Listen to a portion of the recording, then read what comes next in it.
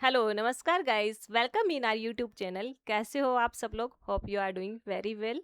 तो जैसे previous class में हम पढ़ रहे थे ब्रेन डिसऑर्डर के अंदर डिजनरेटिव डिसऑर्डर, आज सेम हम पढ़ेंगे है ब्रेन डिसऑर्डर ही न्यूरोलॉजिकल डिसऑर्डर है, लेकिन वो है कंजेनाइटल बर्थ डिफेक्ट।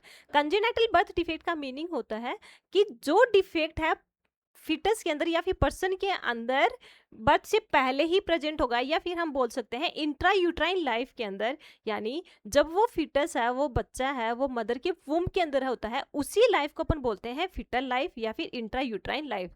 तो जो इंट्रा यूट्राइन लाइफ है उसी के अंदर, इंट्रा यूट्राइन लाइफ के अंदर ही न्यूरोलॉजिकल डिफेक्ट हो जाते हैं, यानी जो कुछ ऑर्गन है वो प्रॉपरली फॉर्म नहीं हो पा रहे हैं ब्रेन के या फिर नर्व सिस्टम के, उसको अपने बोलेंगे कंजेनाइटल बर्थ डिफेक्ट। और कंजेनाइटल बर्थ डिफेक्ट वो डिफेक्ट होता है जिसमें बेबी होता है उस डिफेक्ट के साथ में ही पैदा होता है, उसको अपन बोलेंगे कंजेनाइटल बर्थ डिफेक्ट। अब कंजेनाइटल बर्थ डिफेक्ट 4 टाइप के होते हैं। फर्स्ट वन आता है एनसेफेली, सेकंड वन आता है माइक्रोसेफेली, नेक्स्ट वन आता है मेगासेफेली एंड लास्ट वन आता है स्पाइना बाइफिडा। तो जो फर्स्ट वन आता है एनसेफेली, एनसेफेली का मतलब क्या होता है कि जो ब्रेन, जैसे हम देख सकते हैं इंट्रा यूट्राइन लाइफ है और इंट्रा यूट्राइन लाइफ के अंदर 23 to 26 days of the pregnancy, या फिर हम बोल सकते हैं कंसीव के 23 से 26 डेज के अंदर एक न्यूरल ट्यूब होती है, उसका फ्यूजन होता है। और न्यूरल ट्यूब पहले स्टार्टिंग में क्या होता है, एक न्यूरल फाइबर होता है, थर्ड लाइक स्ट्रक्चर होती है, एक थर्ड जैसी स्ट्रक्चर होती है, और वही आगे धीरे धीरे धीरे धीरे ग्रो करके अपने ब्रेन एंड स्पाइनल कोड को कंप्लीटली फॉर्म कर लेता है।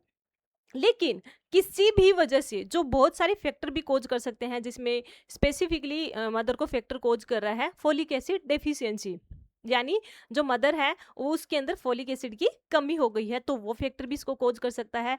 अदर जो जेनेटिक फैक्टर है वो भी इसको कोज कर सकते हैं। तो ये जिसकी वजह से क्या होगा, जो न्यूरल ट्यूब होती है, और न्यूरल ट्यूब क्या है, ब्रेन एंड स्पाइनल कोड को फॉर्म करने वाली स्ट्रक्चर है, इंट्रायूट्राइन लाइफ के अंदर स्टार्ट होती है, वो है न्यूरल ट्यूब। तो न्यूरल ट्यूब है वो प्रॉपरली फ्यूज नहीं हो पा रही है, और उसकी वजह से ब्रेन के कुछ पार्ट हैं वो प्रॉपरली फॉर्म नहीं हो पा रहे हैं या फिर एब्सेंट हो जाएंगे। Specifically hemisphere and the cerebellum. Hemisphere that means brain है, उसको हम दो पार्ट्स के अंदर डिवाइड करते हैं, right sided and the left sided, उसको अपन बोलते हैं hemisphere, right hemisphere and the left hemisphere. तो इसके अंदर सेरेब्रल कॉर्टेक्स के अंदर हेमिस्फेयर के पार्ट हैं वो एब्सेंट हो जाते हैं, कुछ पार्ट उसके अंदर एब्सेंट हो जाते हैं, प्रॉपरली फॉर्म नहीं हो पा रहे हैं, और या फिर जो सेरिबेलम के कुछ पार्ट हैं वो प्रॉपरली फॉर्म नहीं होते हैं, उसको अपने बोलते हैं एनसेफेली। सेकेंड वन आता है माइक्रोसेफेली। माइक्रोसेफेली का मीनिंग होता है कि जो ब्रेन है उसकी size compare to the normal छोटी होती है, यानी हम या बोल सकते हैं कि जो ब्रेन है, अपना ब्रेन है, वो ड्यूरिंग द इंट्रायूट्राइन लाइफ किसी भी वजह से, अदर फैक्टर भी हो सकते हैं जैसे क्लीन फिल्टर सिंड्रोम भी है इसके अंदर, डाउन सिंड्रोम भी इसको अफेक्ट करता है, या फिर मदर का स्टेटस है, जो न्यूट्रिशनल स्टेटस है वो भी अफेक्ट करता है, मदर का स्ट्रेस फैक्टर है वो भी अफेक्ट करता है, एल्कोहलिज्म है ये भी अफेक्ट कर रहा है। अगर मदर एडिक्ट कर रही है एल्कोहल को, उस कंडीशन में जो ब्रेन के पार्ट है वो प्रॉपरली डेवलप नहीं हो पा रहे हैं, और वो कंपेयर टू द नॉर्मल वो ब्रेन के पार्ट है वो थोड़े कम डेवलप हो रहे हैं, छोटे हो रहे हैं, उसको अपन बोलते हैं माइक्रोसेफेली, जो नाम से इंडिकेट है। जैसे सेफेली का मतलब होता है यहाँ पे brain tissue,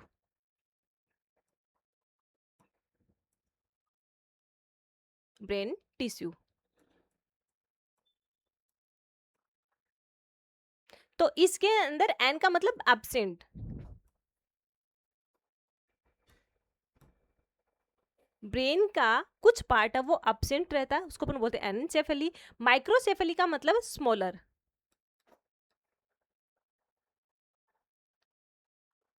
then the normal. जो नॉर्मल है उससे ब्रेन की पार्ट है उसकी साइज है वो छोटी हो जाएगी। नेक्स्ट वन आता है मेगाएन्सेफेली, दैट मीन्स ब्रेन की साइज नॉर्मल से बड़ी हो जाती है, ग्रेटर,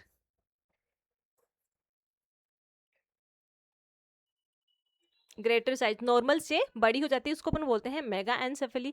एंड लास्ट वन आता है स्पाइना बाइफिडा, यानी जो स्पाइनल कोड है जो एक वर्टिबल कॉलम के अंदर रहता है, तो वर्टिबल कॉलम की के अंदर किसी भी वजह से जो वर्टिब्रा होती है आपस में फ्यूज नहीं हो पा रही हैं, और उसकी वजह से जो स्पाइनल कोड है वो बाहर की साइड में प्रोट्रूड हो जाता है, उसको अपन बोलते हैं स्पाइना बाइफिडा। तो ये जो चारों डिजीज कंडीशन है इसको हम पढ़ेंगे वन बाई वन। तो फर्स्ट वन हम पढ़ते हैं एनसेफेली एंड दी माइक्रोसेफेली, और इन दोनों को हम ऐसे पढ़ेंगे कि दोनों को हम डिफ्रेंशिएट भी कर सकें और साथ साथ में अभी हम इसको पढ़ सकें।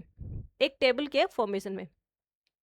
जैसे हम देखते हैं एनसेफेली एंड दी माइक्रोसेफेली, तो हम क्या करेंगे, दोनों को पहले डिफरेंशिएट कर लेंगे डेफिनेशन के अकॉर्डिंग, फिर सिम्टम्स के अंदर क्या क्या चेंजेस हैं तो हम इसके अकॉर्डिंग पढ़ेंगे, जिसमें जो डाउट है वो भी क्लियर हो जाएगा। हम डिफरेंशिएट कर सकते हैं कि एनसेफेली एंड दी माइक्रोसेफेली के अंदर क्या क्या डिफरेंस है। तो एनसेफेली क्या है, anencephaly is a result from neural tube defect that occur when the cephalic end end of the neural tube fails to close, usually between the 23 to 26 days of the pregnancy। अब इसके अंदर क्या होता है, जो brain and spinal cord है उसको form करने वाली ट्यूब को अपन बोलते हैं न्यूरल ट्यूब।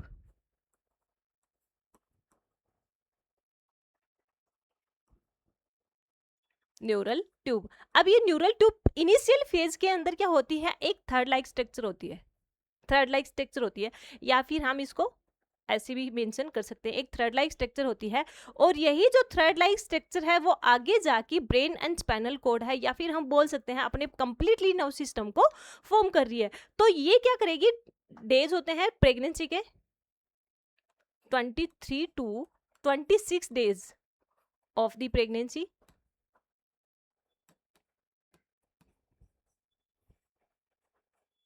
इसके अंदर क्या होता है, ट्यूब का फ्यूजन होता है, ट्यूब आपस में फ्यूज हो जाती है, जिसकी वजह से ब्रेन एंड स्पाइनल कोड का प्रॉपर्ली फॉर्मेशन हो। लेकिन अब क्या होता है यहाँ पे, जिस because of the folic acid deficiency, folic acid deficiency,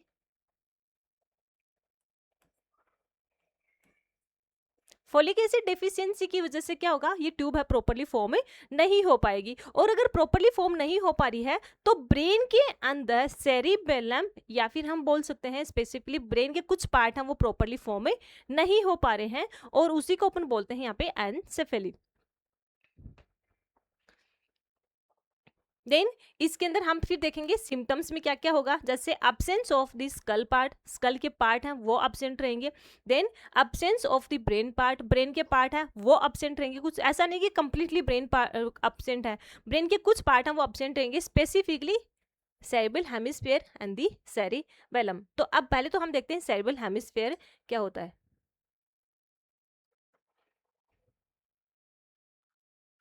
जैसे स्टार्टिंग की हम ब्रेन कैसे फॉर्म करते हैं नॉर्मली, एक्चुअली ये डायग्राम बहुत बार फ्रेम कर चुकी हूँ।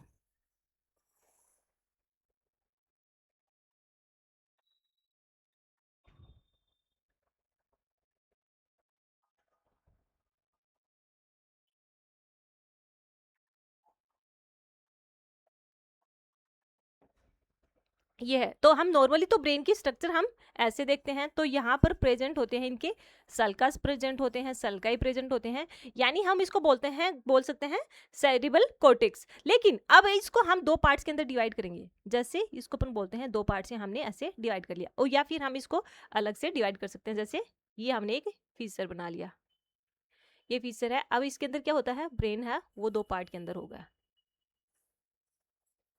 राइट साइडेड और दी लेफ्ट साइडेड। ये अब हो गया ब्रेन का पार्ट है राइट साइडेड और दी लेफ्ट साइड। अब इसके अंदर ये सारे के सारे यहाँ पर सल्काई एंड दी सल्का से प्रेजेंट होते हैं।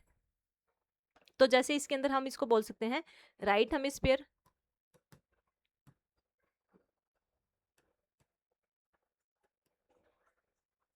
And the left hemisphere.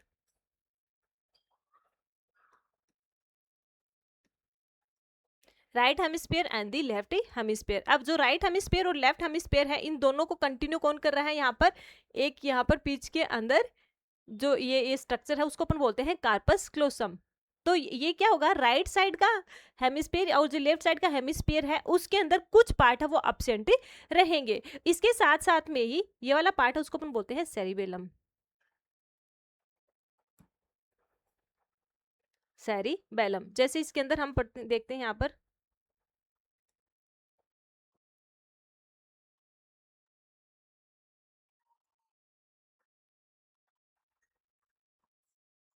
तो सेरिबेलम पार्ट आ जाएगा इधर, एंड इस साइड के अंदर आ जाएगा पोन्स। तो ये जो सेरिबेलम पार्ट है, ये सेरिबेलम पार्ट है, उसके अंदर भी कोई पार्ट्स हैं वो अब्सेंट रहेंगे, इसको अपने बोलेंगे एनसेफेली। देन इसके अलावा आता है इसके अंदर फेशियल फीचर अबनॉर्मल, क्योंकि अगर ब्रेन का प्रॉपर्ली फॉर्मेशन नहीं हो पा रहा है तो जो फेशियल फीचर हैं वो भी नॉर्मल फॉर्म में नहीं होंगे, अबनॉर्मली रहेंगे। जिसके अंदर आता है cleft palate and the cleft lip, cleft palate and the cleft lip. That means जो अपनी पैलेट है अपसाइड के अंदर, जैसे मैक्सिलर पार्ट है तो मैक्सिलर पार्ट के अंदर यहाँ पर ये जो लिप है ये अगर वो दोनों सेपरेट होती है, ये वाली पार्ट है दोनों अलग अलग सेपरेट है, उसको अपन बोलते हैं क्लेफ्ट लिप। और अंदर की साइड में जो हार्ड पैलेट है अपनी, अंदर की साइड में आगे की साइड में हार्ड पैलेट है, उनके बीच में अगर, क्योंकि ये दो पैलेट आपस में बन के, जैसे मैक्सिला पार्ट होती है, बोन दो होती है नंबर में, लेकिन वो आपस में फ्यूज करके एक बोन बना लेती हैं। मैक्सिला पार्ट है वो दो होती है लेकिन फ्यूज करके एक बोन बना लेती हैं अप साइड के अंदर, जो अपनी अपर जा को फॉर्म कर रहे हैं या फिर अपना जो अपर टीथ है उसको एम्बेडेड करती है। तो अगर ये प्रॉपर्ली फ्यूज नहीं हो पा रही है और इन दोनों के बीच में गैप हो जाएगा, इसको अपन बोलते हैं क्लेफ्ट पैलेट। तो ये इसके अंदर चेंजेस आएगा क्योंकि ब्रेन का प्रॉपर्ली फॉर्मेशन नहीं हो पा रहा है। तो जो न्यूरोलॉजिकल या फिर डेवलपमेंटल डिसऑर्डर है वो भी साथ में प्रेजेंट रहेंगे। Then congenital heart defect, congenital heart defect that means congenital birth के साथ में प्रेजेंट है, इंट्रायूटरन लाइफ के अंदर कंडीशन होगी। तो न्यूरोलॉजिकल डेफिशिएट हो रहा है, एनसेफेली कंडीशन हो रही है, तो उसके साथ साथ में कंजेनाइटल हार्ट डिफेक्ट भी प्रेजेंट रहेंगे, जिसमें रहता है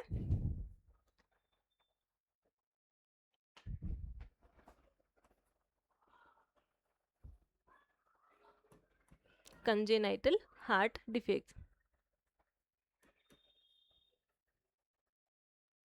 जिसमें फर्स्ट वन आता है atrial ASD, then VSD and PDA। इसको अपन बोलते हैं atrial septal defect,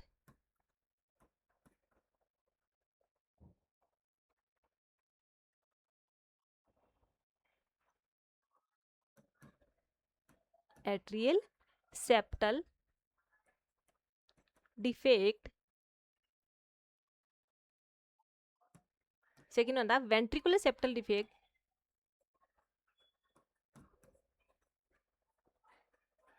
septal defect. Third one आता है patent ductus arteriosus,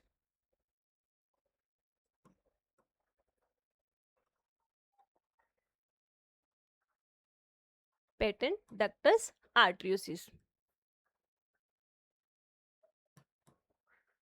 patent ductus arteriosus, ये तीन कंडीशन आती हैं। एंड नेक्स्ट इसके अंदर आती है एक जो जिसको अपन बोलते हैं टेट्रोलॉजी ऑफ द पैलेट,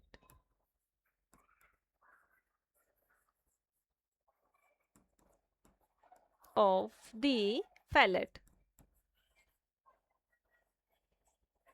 ये चारों डिजीज कंडीशन है कंजेनाइटल हार्ट डिफेक्ट। अब इसके अंदर क्या होता है, इनको डिटेल में हम जैसे कार्डियोवास्कुलर डिसऑर्डर पढ़ेंगे उसके साथ में पढ़ेंगे, लेकिन सिंपल सी बता देती हूँ, एक सिंपल सी। जैसे इसके अंदर क्या होता है एट्रियल सेप्टल डिफेक्ट, यानी दोनों एट्रियम, हार्ट के अंदर दो एट्रियम होते हैं, तो दोनों एट्रियम के बीच में एक अबनॉर्मल कम्युनिकेशन हो जाएगी, उसको अपन बोलते हैं एट्रियल सेप्टल डिफेक्ट। यानी सेप्टम क्या होता है, दोनों एट्रियम को सेपरेट करने वाली स्ट्रक्चर, उसको अपन बोलते हैं सेप्टम, लेकिन उन दोनों के बीच में एक अबनॉर्मल कम्युनिकेशन हो जाती है, एक होल क्रिएट हो जाता है, उसको अपन बोलते हैं एट्रियल सेप्टल डिफेक्ट। सेम आता है वेंट्रिकुलर सेप्टल डिफेक्ट, यानी जो वेंट्रिकल के दोनों वेंट्रिकल को सेपरेट करने वाली स्ट्रक्चर सेप्टम होता है, वेंट्रिकल सेप्टम। तो वेंट्रिकल सेप्टम के बीच में भी एक ओपनिंग हो जाएगी और जिसकी वजह से जो वेंट्रिकल्स हैं उन दोनों के बीच में एक अबनॉर्मल कम्युनिकेशन हो जाता है, एक होल क्रिएट हो जाएगा, उसको अपन बोलते हैं वेंट्रिकुलर सेप्टल डिफेक्ट।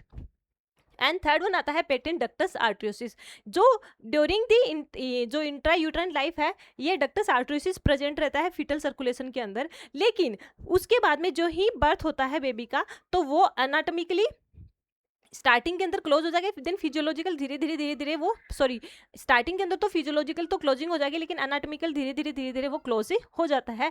तो वो जो डक्टस है, अब डक्टस के बीच में होता है एक डक्ट फॉर्म हो जाएगा in between the pulmonary artery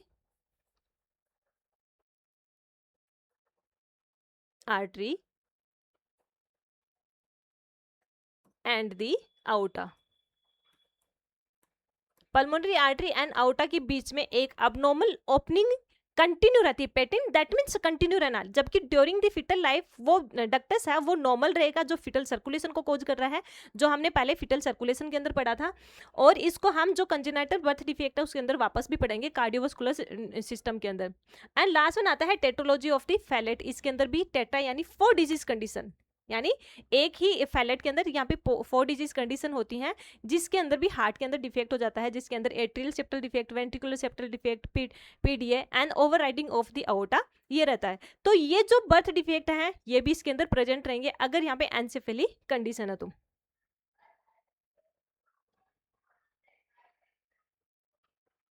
then इसके बाद में हम देखते हैं हम इसको करेक्ट कैसे करेंगे। देन सबसे पहले तो हम डायग्नोस्टिक इवेल्युएशन करेंगे। तो डायग्नोस्टिक इवेल्युएशन में हम क्या कर रहे हैं, अल्ट्रासाउंड करेंगे प्रेगनेंसी के अंदर, क्योंकि ड्यूरिंग द फीटल लाइफ में ये कंडीशन हो रही है तो हम प्रेगनेंसी के अंदर अल्ट्रासाउंड कराएंगे। सेकेंड हम करता है एमनियोसेंटेसिस। अब क्या होते हैं, to analysis of the amniotic fluid,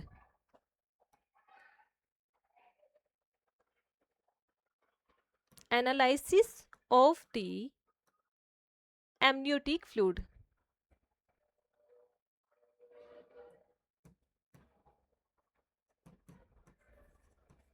amniotic fluid है, हम उसको एनालिसिस करेंगे।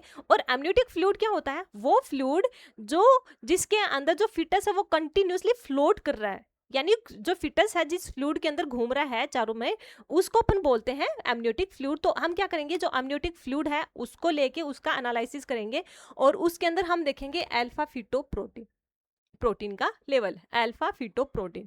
और अगर ये अल्फा फीटोप्रोटीन का लेवल बढ़ा हुआ है तो दैट मीन्स ये कंजेनाइटल डिफेक्ट को कॉज करेगा, चाहे वो कार्डियक डिफेक्ट हो या फिर न्यूरोलॉजिकल डिफेक्ट। नेक्स्ट हम करते हैं pre pregnancy serum folic acid test. Pre pregnancy serum folic acid test, यानी प्रेगनेंसी से पहले हम देखेंगे कि मदर के सीरम के अंदर फॉलिक एसिड की डेफिशिएंसी तो नहीं है, और इसके बाद में भी अगर प्रेगनेंसी से पहले ही मदर को फॉलिक एसिड की डेफिशिएंसी है तो हम कंसीव करने से पहले ही पर्सन को फॉलिक एसिड दे देते हैं, जिसकी वजह से जो फिटस है उसके अंदर कोई भी न्यूरोलॉजिकल डिफेक्ट ना हो। फिर हम मैनेजमेंट कैसे करेंगे, अब इसकी सबसे पहले तो जो कंजेनाइटल डिफेक्ट हो गया है इसको हम कंप्लीटली करेक्ट नहीं कर सकते हैं, इसको न्यूरोलॉजिकल डिजीज कंडीशन है इसके अंदर। जैसे अब इसके अंदर ऐसा भी नहीं है कि कोई ब्रेन का पार्ट एब्सेंट हो गया है तो हम इसको कहीं से इम्प्लांट कर दें, वो पॉसिबल नहीं है। और अगर एनसेफेली कंडीशन है उसके अंदर 75% फिटस ऐसे होते हैं जो स्टिल बर्थ होते हैं। स्टिल बर्थ का मतलब होता है स्टिल बर्थ का मतलब होता है कि जो फिटस होता है during the intra uterine life तब तक तो उसके अंदर फिटल हार्ट साउंड प्रेजेंट थी, लेकिन जो ही वो एक्सटर्नल वर्ड्स में आता है उस टाइम पे भी उसके अंदर फिटल हार्ट रेट है वो अब्सेंट रहती है। या फिर हम उसको बोल सकते हैं जो बर्थ पेसेज है उसके अंदर आने के बाद में उसकी जो हार्ट रेट है वो ड्रॉप हो जाती है या फिर अब्सेंट हो जाती हैं, उसको अपन बोलते हैं still birth. Still birth that means intrauterine life है तब तक तो हम क्या कर रहे हैं, उसके फीटल हार्ट रेट देखेंगे वो चल रही है, लेकिन जो ही वो एक्सटर्नल एनवायरनमेंट पे आ रहा है उस टाइम पे उसकी फीटल हार्ट रेट है वो अब्सेंट है। इसके साथ साथ में जो 25% है, 75% तो स्टिल बर्थ पर होंगे और जो 25% जो बेबी है वो डिलीवरी के कुछ घंटे बाद में ही वो एक्सपायर हो जाते हैं, क्योंकि अगर ब्रेन की का ही प्रॉपरली फॉर्मेशन नहीं हो पा रहा है, ब्रेन के पार्ट ही एब्सेंट है तो बच्चा सर्वाइव ही नहीं कर सकता, तो हम इसको कुछ भी करेक्ट नहीं कर सकते। अब इसके साथ साथ में ही हम देखते हैं माइक्रोसेफेली। एनसेफेली हो गया ब्रेन का पार्ट एब्सेंट है, माइक्रोसेफेली दैट मीन्स ब्रेन के पार्ट है उस वो कंप्लीटली ग्रो नहीं करे, smaller than the normal size. जैसे microcephaly is in which an infant has significantly smaller head than the normal. Head की साइज क्या हो जाएगी, स्मॉलर हो जाएगी, and head size because the brain has not develop properly और the stopped growing. Brain है वो प्रॉपरली डेवलप नहीं हुआ है और उसका ग्रोथ है वो रुक गया है। अब इसके पीछे सिम्टम्स में क्या क्या हम देखेंगे, बच्चे का हेड है वो बहुत छोटा है, इसके साथ साथ में mental retardation that means person का जो मेंटली जो हम बोल सकते हैं कॉग्निटिव फंक्शन है वो उसका कम हो जाएगा, जिसके अंदर चाहे वो इंटेलिजेंसी हो, लर्निंग एक्टिविटी हो, जितनी भी है कॉग्निटिव फंक्शन है वो उसके प्रॉपरली नहीं रहेंगे, वो कम रहेंगे। Then delay motor function and the speech, person के मोटर फंक्शन है जिसको अपन बोलते हैं माइलस्टोन या फिर न्यूरोलॉजिकल डेवलपमेंट, तो माइलस्टोन है वो प्रॉपरली नहीं हो पाएंगे। जैसे जो बच्चा होता है 3 महीने का जब होता है तो वो सोशल स्माइल करना स्टार्ट कर देता है, जब 6 महीने का बच्चा होता है तो वो हल्का सा विद सपोर्ट बैठना स्टार्ट कर देता है, या फिर हम बोल सकते हैं बच्चा जब 1 साल का होता है तो वो हल्का फुल्का 1-2 पैर उठा के चलना स्टार्ट कर देता है, उसको अपन बोलते हैं माइलस्टोन, जो डेवलपमेंटल माइलस्टोन होते हैं। लेकिन अगर यहाँ पर माइक्रोसेफेली कंडीशन है तो जितने भी माइलस्टोन है वो प्रॉपरली नहीं होंगे, या फिर हम बोल सकते हैं उसका डेवलपमेंटल डिले हो जाएगा। जैसे बच्चा 1 साल का, नॉर्मली 1 साल का बच्चा थोड़ा 1-2 पैर उठा के चलना स्टार्ट कर देता है, तो अगर माइक्रोसेफेली का बच्चा है तो या 2 या 3 साल उसको लग जाते हैं, 2 साल के लगभग भी उसको लग जाते हैं। देन नेक्स्ट हम देखते हैं increase movement of the arm and the legs. जो आर्म और लेग है उसकी मूवमेंट है वो बढ़े रहते हैं, क्योंकि रीजन क्या होता है, जो बोन होती है वो आपस में फ्यूजन नहीं होती हैं, और स्पेसिफिकली जो नी जॉइंट होता जो हिप जॉइंट होता है वो सबसे ज़्यादा मोबाइल रहता है, जिसको अपन बोलते हैं स्पास्टिसिटी। सबसे अगर ज़्यादा मोटर एक्टिविटी कर रही है, जो मूवमेंट है लेग एंड आर्म्स के जो मूवमेंट बढ़ रहे हैं उसको अपन बोलते हैं spasticity. And the hyper activity person है वो हाइपर एक्टिव रहेगा, वो मूवमेंट बहुत ज़्यादा करेगा, लेकिन ग्रोथ एंड डेवलपमेंट है वो कम हो रहा है उसका। Then seizure and the poor feeding, person के अंदर सीजर भी आना स्टार्ट कर देगा, क्योंकि न्यूरोट्रांसमीटर है वो प्रॉपरली फॉर्म नहीं हो पा रहे हैं और प्रॉपरली चैनल नहीं हो पा रहा है। पर्सन के अंदर जो फीडिंग जो रिफ्लेक्सेस होते हैं वो प्रॉपरली नहीं हो पा रहे हैं, तो पुअर फीडिंग होती है। इसके साथ में intellectual disability, that means person है कोई भी इंटेलेक्चुअल एक्टिविटी है वो प्रॉपरली फॉर्म नहीं कर पा रहा है। रीजन क्या है, हमने पहले भी देखा कि जो कॉग्निटिव फंक्शन है वो सारे के सारे कम हो जाएंगे। नेक्स्ट आता है डेवलपमेंटल डिले, जैसे जो भी हमने अब देखा माइलस्टोन है वो उसके डेवलपमेंटल है वो डिले हो जाएगा। Difficulty in the coordination and the balance, person है वो प्रॉपरली कोऑर्डिनेट एंड बैलेंस नहीं कर पा रहा है। रीजन क्या होता है, स्पास्टिसिटी हो जाएगी, रिजिडिटी हो जाएगी, मसल की टोन है वो चेंज हो जाती है, और पर्सन के अंदर डेवलपमेंटल डिसऑर्डर है वो रहेगा। और इसके पीछे रीजन क्या होता है कि जो मैन पीस के पीछे ये रीजन रहेगा कि जो बोन्स होती हैं, जैसे स्टार्टिंग के अंदर जो ही बेबी बर्थ होता है तो उसके अंदर 300 लगभग बोन होती है, जबकि नॉर्मल अडल्ट के अंदर होती है 206। तो अगर 300 बोन है तो वापस में फ्यूज हो जाती हैं, जिसकी वजह से बच्चे का बैलेंस है वो धीरे धीरे खड़ा होना स्टार्ट हो जाएगा। लेकिन अब यहाँ पर क्या होती है, जो बोन है वो फ्यूज नहीं हो पा रही है, फिर डिले फ्यूज हो रही है, जिसकी वजह से पर्सन को वॉकिंग डिफिकल्टी भी होती है, पर्सन के अंदर कोऑर्डिनेशन एंड बैलेंस से रिलेटेड भी डिफिकल्टी हो जाएगी। देन नेक्स्ट हम देखते हैं इसके अंदर डायग्नोस्टिक इवेल्युएशन करेंगे। तो डायग्नोस्टिक इवेल्युएशन में सबसे पहले तो हम करते हैं उसकी बर्थ हिस्ट्री देखेंगे एंड फैमिली हिस्ट्री देखेंगे। सेकेंड वन हम उसको पर्सन की फिजिकल एग्जामिनेशन करेंगे, कंप्लीटली फिजिकल एग्जामिनेशन करेंगे, जिसमें हम देखेंगे कि पर्सन का ग्रोथ एंड डेवलपमेंट कितना हो रहा है। देन पेरेंटल प्रीनेटल अल्ट्रासाउंड, क्योंकि हम जैसे प्रीनेटल अल्ट्रा हम क्या करेंगे यहाँ पर पर्सन की प्रीनेटल अल्ट्रासाउंड करवाएंगे, यानी ड्यूरिंग दी पर्सन की, दैट मीन्स मदर की हम जो इंट्रानेटल लाइफ है उसमें भी अल्ट्रासाउंड कराएंगे और उससे पहले भी अल्ट्रासाउंड करवाएंगे। Then CT scan and the MRI, जो बेबी हुआ है उसकी हम सीटी स्कैन एंड एमआरआई करवाएंगे।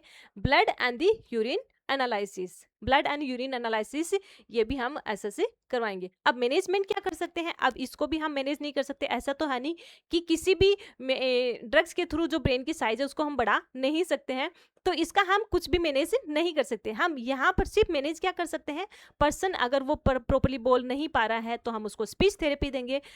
पर्सन अगर बैलेंस एंड कोऑर्डिनेशन नहीं हो पा रहा है प्रॉपरली तो हम पर्सन को यहाँ पर फिजियोथेरेपी देंगे।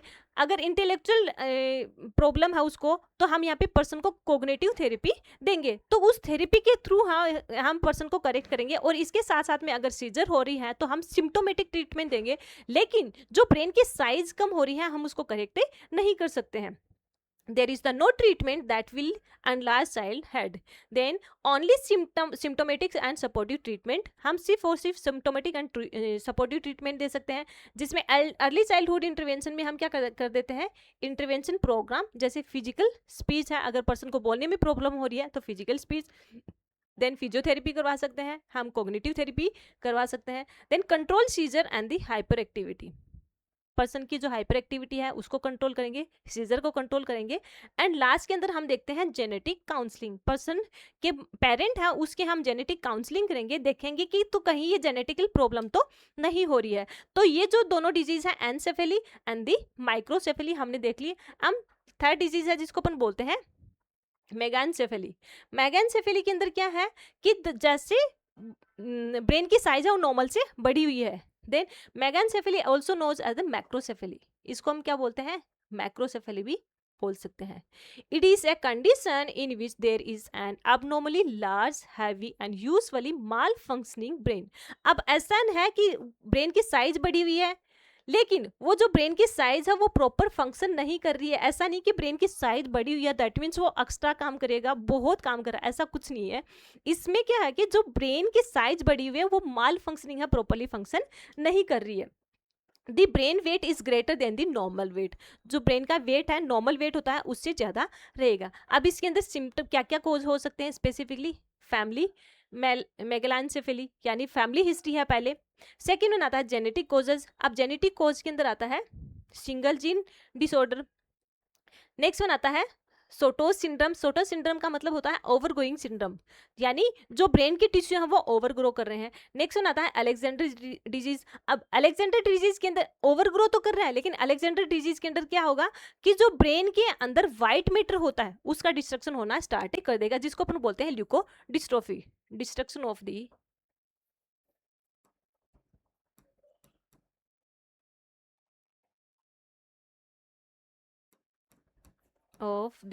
white matter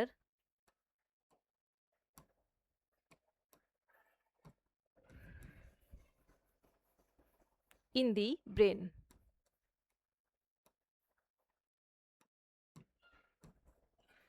ब्रेन के अंदर जो व्हाइट मैटर है उसका डिस्ट्रक्शन होना स्टार्ट कर देगा, और ये जो व्हाइट मैटर है इसका मेन काम होता है नर्व कंडक्शन में, नर्व कंडक्शन। अब मैं ये बताती हूँ कि आपको ये व्हाइट मैटर ब्रेन के अंदर कहाँ प्रेजेंट होता है।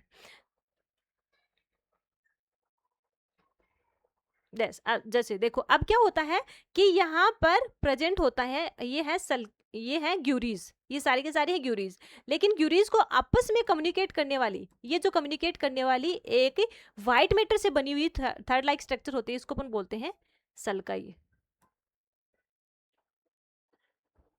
सल्काई जो क्या करती है किसी, अब इनका काम क्या होता है, जैसे यहाँ पर सेंसरी इंपल्सेस हुई है तो उसको वो अंदर तक लेके आने का काम किसका है? ये जो व्हाइट मैटर है इसका काम है। इसके साथ साथ में हमने मेंशन किया था कार्पस क्लोसम।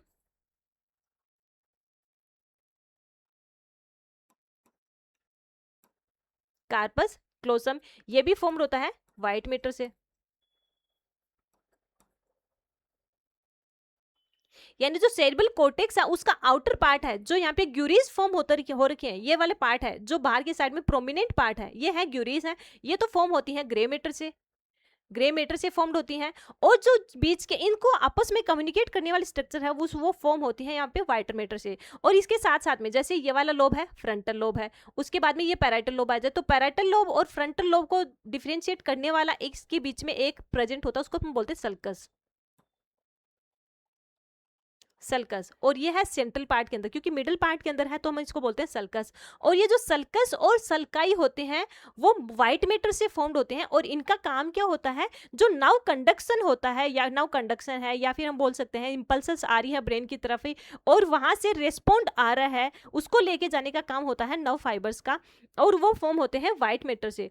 तो अगर मेगा एंसेफेलिक कंडीशन है तो उसके अंदर क्या हो जाएगा, व्हाइट मैटर है वो अलेक्जेंडर डिजीज के अंदर व्हाइट मैटर है ब्रेन के अंदर, वो डिस्ट्रक्शन होना स्टार्ट कर देगा। अगर व्हाइट मैटर नहीं है तो प्रॉपरली कंडक्शन नहीं हो रहा, ब्रेन की साइज बढ़ी हुई है लेकिन प्रॉपरली कंडक्शन नहीं हो पा रहा है। देन लास्ट वन आता है क्लीन फिल्टर सिंड्रोम। अब क्लीन फिल्टर सिंड्रोम क्या होता है, जो पर्सन है वो बर्थ के साथ में ही यहाँ पे ट्रिपल क्रोमोसोम के साथ में पैदा होता है, जो जैसे हम बोल सकते हैं 47XY, जबकि होता क्या 47XY होता है, लेकिन इसके अंदर क्या होगा, जो पर्सन है वो बर्थ के साथ में 47XY क्रोमोसोम के साथ में आता है, तो इसके अंदर एक एक्स्ट्रा क्रोमोसोम प्रेजेंट होता है, और उसकी वजह से जो ब्रेन का प्रॉपरली अब ओवरग्रो तो कर रहा है, ब्रेन ओवरग्रो तो कर रहा है लेकिन वो माल फंक्शनिंग कोज कर रहा है, तो ये आती है मेगा एंसेफेली, मेगा एंसेफेली। अब इसके अंदर हम सिम्टम्स देखेंगे। इसके अंदर सबसे पहले तो आता है डेवलपमेंटल डिले, प्रॉपरली डेवलपमेंट नहीं हो पाएगा। सेकंड आता है सीजर। सीजर क्यों रीजन है, क्योंकि व्हाइट मैटर है वो डिस्ट्रक्ट हो गई, जिसकी वजह से प्रॉपरली कंडक्शन नहीं हो पाएगा, और ब्रेन के अंदर न्यूरोट्रांसमीटर ब्रेन के अंदर वो कंडक्शन करना स्टार्ट कर देंगे, उसको जिसकी वजह से कॉज करा है seizure. And conversion disorder, seizure and conversion disorder जो हमने लास्ट क्लास में भी पढ़ा है। Then and abnormal brain cortex and the spinal cord, brain cortex है वो अबनॉर्मल रहेगा एंड स्पाइनल कोड है वो भी अबनॉर्मल, क्योंकि व्हाइट मैटर डैमेज हो रहा है। रीजन क्या होता है इसके अंदर? ल्यूकोडिस्ट्रोफी।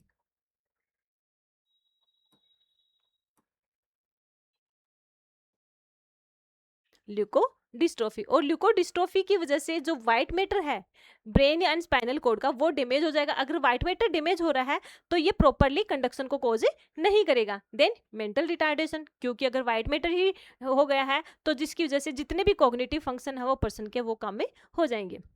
देन अब न्यूरोलॉजिकल सिम्टम्स में हम क्या देखते हैं, ये तो कॉमन सिम्टम्स हो गए। देन न्यूरोलॉजिकल सिम्टम्स में हम देखेंगे डिले मोटर रिस्पॉन्स, माइलस्टोन हो गया, क्योंकि नाउ कंडक्शन प्रॉपर्ली हो ही नहीं पा रहा। अब जैसे क्या होता है, ये स्टिमुलेशन है, स्टिमुलेशन हो रही है, ये ब्रेन के पास में डिले जाएगी क्योंकि कंडक्शन नहीं हो रहा है। नाउ कंडक्शन नहीं होता, नाउ फाइबर्स लेके जाता है, और नाउ फाइबर्स हमेशा व्हाइट मैटर से फॉर्म्ड होता है। तो नाउ फाइबर्स अगर डैमेज हो गया है, व्हाइट मैटर डैमेज हो गया, तो ये कंडक्शन ब्रेन के पास में धीरे जाएगा, डिले जाएगा, और फिर वहां से रेस्पॉन्स है वो भी डिले आएगा, जिसकी वजह से जो माइलस्टोन है वो डिले होंगे। माइलस्टोन जैसे मैंने अभी पहले बताया था कि बर्थ होने के बाद में किस एज के अंदर बच्चा कौन कौन सी एक्टिविटी करता है, कैसे ग्रो कर रहा है, जो फिजिकली अपीयर हो रहे हैं उसको अपन बोलते हैं माइलस्टोन। जैसे such as holding head, head up head, rolling over, ये सारे के स्पीच डिले, ये सारे के सारे क्या है इसके अंदर माइलस्टोन ही है। Poor muscle tone, body asymmetric, paralysis of one और both side of the body, poor coordination, involuntary movements and the visual disturbances, ये सारे के सारे न्यूरोलॉजिकल डेफिसिट है। माइलस्टोन है वो कम हो जाएंगे, पर्सन प्रॉपरली एक टाइम के अकॉर्डिंग, जिस टाइम पे वो पर्सन बोलना स्टार्ट कर देता है उसमें वो डिले हो जाता है। पुअर मसल टोन, पर्सन की मसल टोन है वो लूज हो जाएंगी, जिसके अंदर बॉडी एसिमेट्रिकली, एक जो बॉडी के एक सिमेट्रिकल होता है वो चेंज हो जाएगा। देन पैरालिसिस ऑफ वन और both side of the body, one और both side of the body जिसके अंदर आता है hemiparesis, hemiplegia,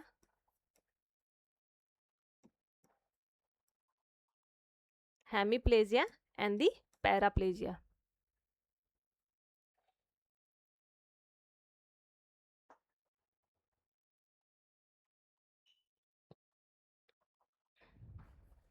hemiplegia and the paraplegia, half side of the body part affect हो रहा है तो हेमीप्लेजिया, एंड दोनों साइड की बॉडी अफेक्ट हो रही है तो paraplegia. Then poor coordination, properly coordinate नहीं कर पाएगा, बैलेंस एंड कोऑर्डिनेशन नहीं रहेगा। इनवॉलेंट्री मसल मूवमेंट, जर्की जिसको अपन बोलते हैं jerky and rhythmic movement.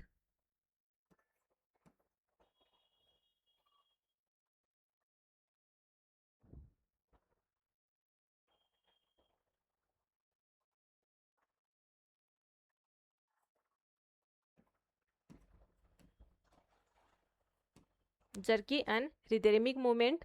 Then visual disturbances, क्योंकि प्रॉपरली दिखाई भी नहीं देगा, क्योंकि अगर ब्रेन के अंदर जो नर्व है, ऑप्टिक नर्व है, वो डैमेज हो जाएगी, या फिर ब्रेन प्रॉपरली कोऑर्डिनेट नहीं कर पाएगा स्टिमुलेशन को, क्योंकि रीजन क्या होता है व्हाइट मैटर के डैमेज होने की वजह से, जिसकी वजह से पर्सन वो प्रॉपरली देख भी नहीं पाएगा। तो ये तीनों डिजीज कंडीशन है जो आज हमने पढ़ी है, जिसमें एनसेफेली ब्रेन का पार्ट है, ब्रेन के पार्ट है कुछ एब्सेंट रहना, इसके साथ साथ में हमने सेकंड वन पढ़ी है माइक्रोसेफेली, ब्रेन की साइज है वो छोटी हो जाती है, एंड थर्ड वन आता है मेगानसेफेली, जिसके अंदर क्या होता है ब्रेन की साइज है वो बढ़ जाएगी, लेकिन जो बड़ी हुई स्ट्रक्चर है, साइज है, वो माल फंक्शनिंग है, बड़ी हुई नहीं है। देन नेक्स्ट क्लास में हम पढ़ेंगे spina bifida. Thank you class, thank you so much, thank you.